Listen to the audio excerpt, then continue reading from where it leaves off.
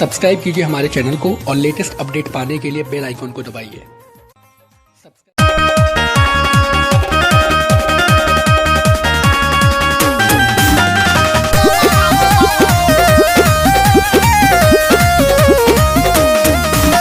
मछली music recording studio Vikram जोड़।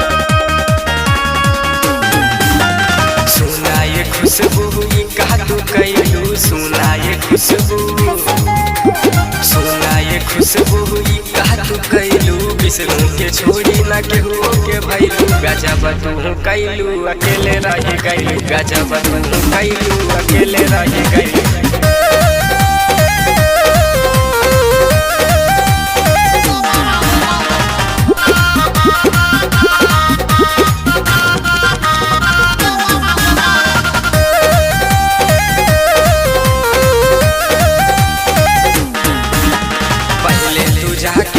के साथे भैलू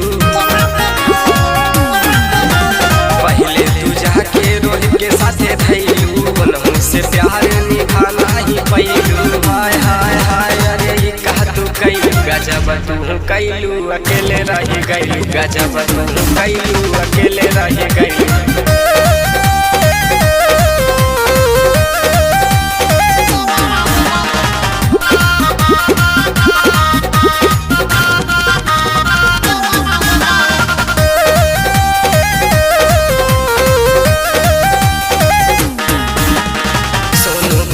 जाके फेरा में पड़लू,